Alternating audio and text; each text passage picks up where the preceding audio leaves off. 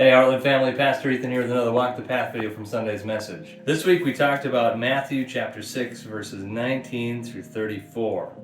And we talked about storing up treasures in heaven, looking at our world and wealth and serving two masters. And we talked about the concepts of ayin tovah and ayin ra'ah. The idea of having a good eye or a bad eye.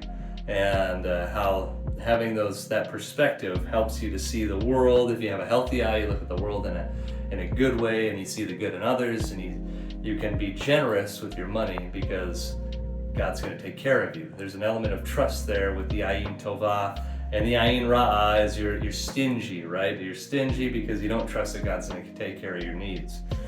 And this is where in the section talking about money is this whole thing about eyes and light, and it's kind of a strange thing, but it's tied into this kind of rabbinical conversation of a good eye and bad eye. And then we talked about worry, and how when we have a bad eye, it leads to worry because we worry about all the external circumstances, all the things happening in the world, all these things, and we don't trust the God who is in control.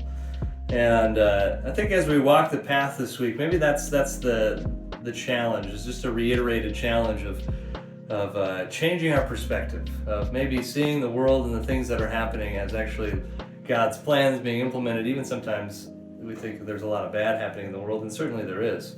But there's a lot of good happening. There's a lot of good happening in others and those around us. And how do we see our world? And then there's another challenge, a biblical study challenge for us as we walk the path, is this Sermon on the Mount is a really long section. And it's a really long piece of text. I would encourage you to read the Sermon on the Mount as a whole. And maybe something you can do to help you along in this is actually to cross out the headings. So when it says, do not worry, or fasting, or prayer, like when it gives you the heading to a section, cross it out or something. And maybe you feel weird about crossing that out. But read the Sermon on the Mount as one big lesson. And see what you get out of it. Maybe you can come this Sunday prepared, or the next Sunday, it's Easter this Sunday, but the next Sunday prepared with some thoughts on how you think all these things connect, because I think they actually do. But it's a masterfully written sermon from our Lord. So thanks so much for listening. Love you guys. We'll see you Sunday.